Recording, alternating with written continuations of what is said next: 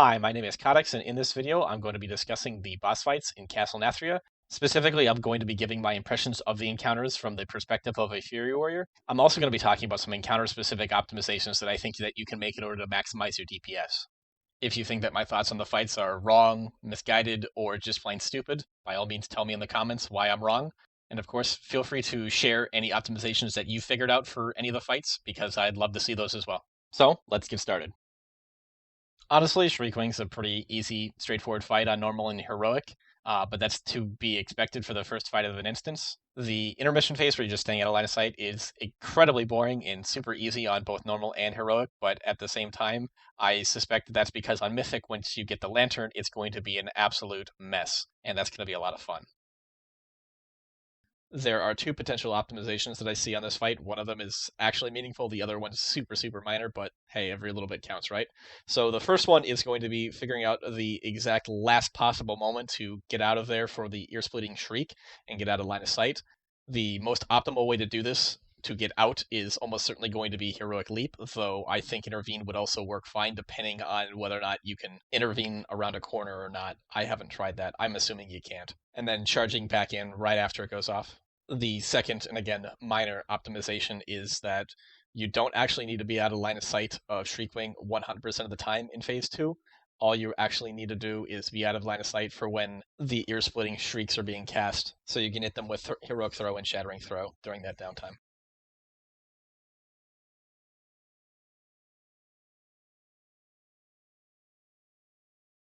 Huntsman Altimor is a fight that I rather enjoyed. Recently, they had a nerf Sinseeker, which I understand, but on the other hand, I am a little saddened by it because, one, it was just fun seeing it trucking people, even on normal, and two, one of the optimizations that I'm going to mention is one that gave warriors an advantage when dealing with Sinseeker. So while the benefit for having warriors is still there, it's just not as impactful as it was on night 1. So let's start with talking about that optimization that I was mentioning, which is the fact that you can actually deflect the application of the Sinseeker dot with Spell Reflect. You'll still take the damage of the initial hit, but the dot, which is the more dangerous part of Sinseeker, or at least was, won't get applied to you. Next, the way of getting high ranks and high parses on this fight is going to work, at least unless Warcraft Logs make some changes to how they do the measurement for this fight, which I suspect they actually might. But currently, the way that you're going to get a high rank on this fight is by saving cooldowns and using them on the Shades of Barghast, which basically makes it Pad City, because they take about 1,000,000,000% increased damage once you've stacked up enough of CCs. For my guild, that meant that I had to delay my second usage of Rampage, and I also held off on Siegebreaker just a little bit. Making sure that you have your Dragon's Roar available for the Shade is also going to be very important because of that 1,000,000,000% increased damage taken. That means if your Dragon's Roar crits, especially while Siegebreaker is up, you're going to do an insane amount of damage just because there's so many stacking multipliers going on with that ability.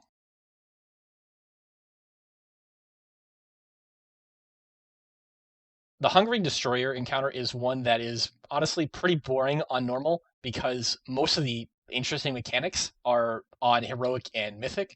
So really, it's just a tank and spank fight that you have to spread out a little bit and run away every once in a while. It gets pretty boring. You just dodge the lines, and that's about it, really.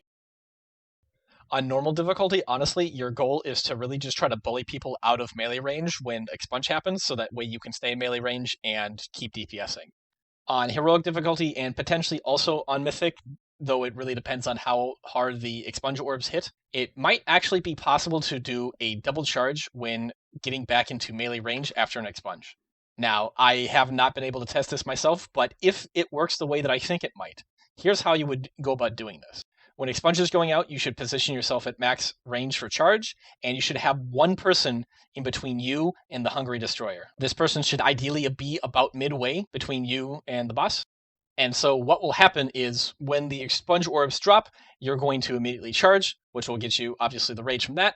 And then along the way, you should run into that other person's orb, which will bounce you up in the air, cancel the charge animation, and allow you to charge again.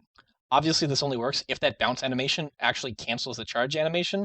I don't know. I haven't been able to try it, like I said. However, I think it honestly will. The next obvious consideration, if you're going to try this, is how much damage it does. Now, you could go so far as to use Enraged Regeneration to help mitigate the damage, but really, that seems a bit overkill. And given the fact that the damage from the Expunge Orb is magic damage, just use Spell Reflect, mitigate that damage. And honestly, I think it should be fine, but obviously your strat's going to dictate how you deal with these orbs, and that may not be a possibility for you.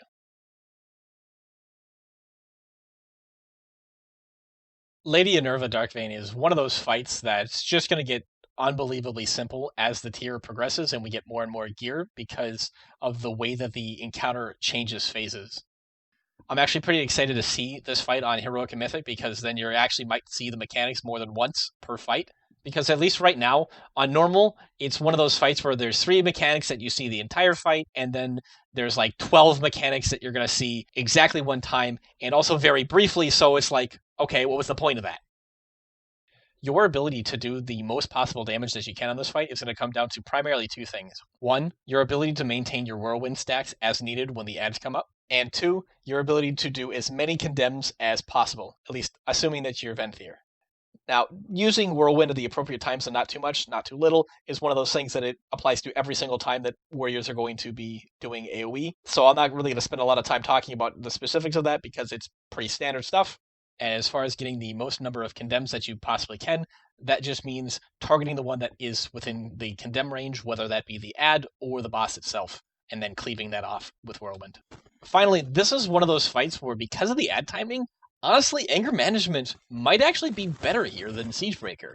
Because with anger management, you might actually be able to have recklessness up for every single ad. And I think that that might actually be better than having Siegebreaker. But I'm not 100% sure on this. The Sun King Salvation fight is honestly just, well, boring. I mean, sure, warrior movement is great here, but like, you spend 90% of the fight just AoEing mobs. That's it. Given the timings of ad spawns, I think that taking Bladestorm is probably going to be the most optimal bet here. And it might even be best to use the Signet of Tormented King's legendary effect, though I'm pretty unsure about that, and I don't have one of the legendaries yet to actually try it out for myself. The damage that you take when using the soul pedestals is shadow damage, and so therefore it appears that it might be possible to reduce that damage when using Spell Reflect, though if you're going to do that, you have to use it before you click on the pedestal. And unfortunately, I don't have confirmation that the damage actually is reduced, so take this part with a grain of salt.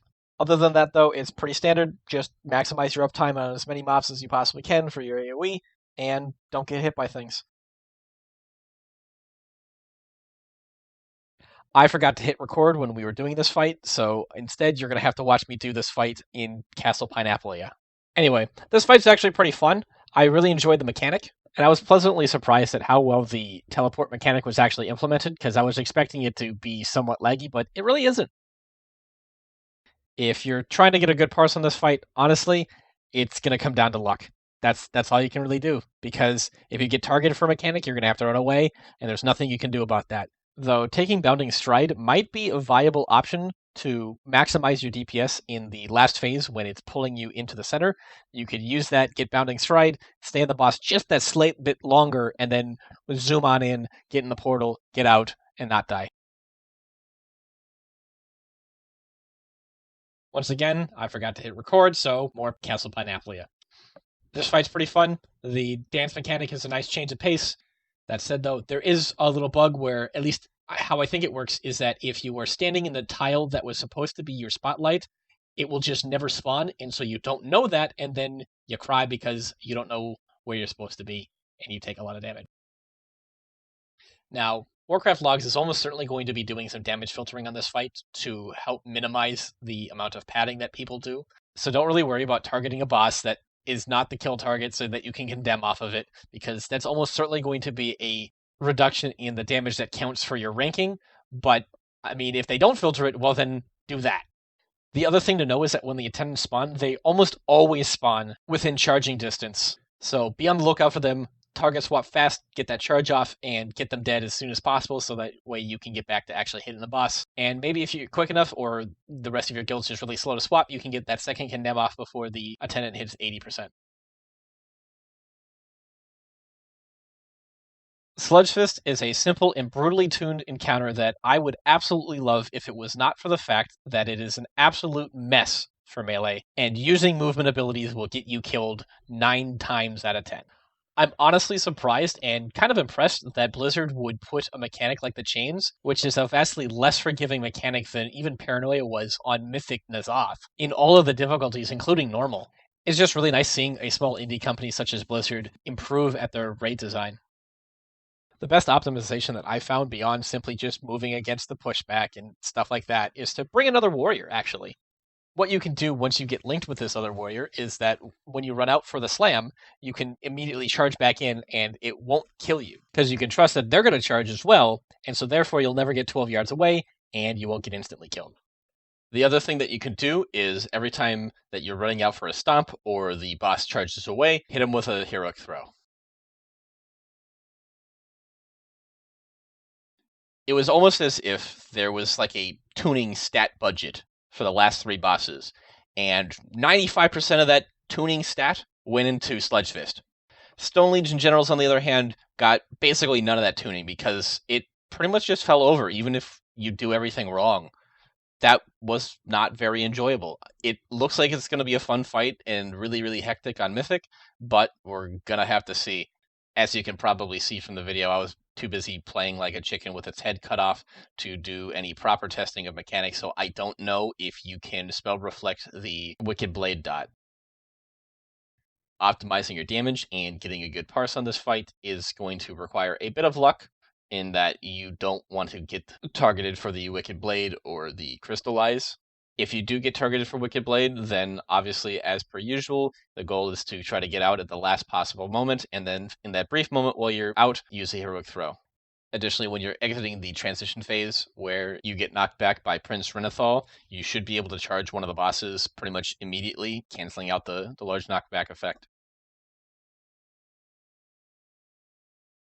Sire Denathrius is another pretty undertuned fight, though not as bad as Stone Legion Generals. Thematically, it's excellent. I honestly cannot wait to do this fight on Mythic. It might actually be viable to take Blade Storm during progression, because the timings of the spawns on the Echoes of Sin as a result of Cleanse Pain happen roughly every 30 seconds, so you'd be able to Blade Storm every other one. Also, the timings on the Kabbalah spawning in Phase 2 and the Kabbalah spawns in Phase 2 happen roughly every 90 seconds, it seems, so you'd be able to Blade Storm on every single one of those as well. I'm not entirely convinced that using Blade Storm is going to be the answer when your guild has this on farm, because all the little ads are just going to melt, and I don't suspect that they're going to be up long enough for an entire Blade Storm. If you properly time your charge as blood price is ending, you will charge straight down and you won't get thrown back, and you can maintain your uptime on the boss. Thank you for watching this video. As always, I would greatly appreciate it if you told me why my ideas are wrong, stupid, or just incorrect in the comments. I would also like to see what other little tricks you figured out, so let me know in the comments with that as well, and subscribe for more. Thank you.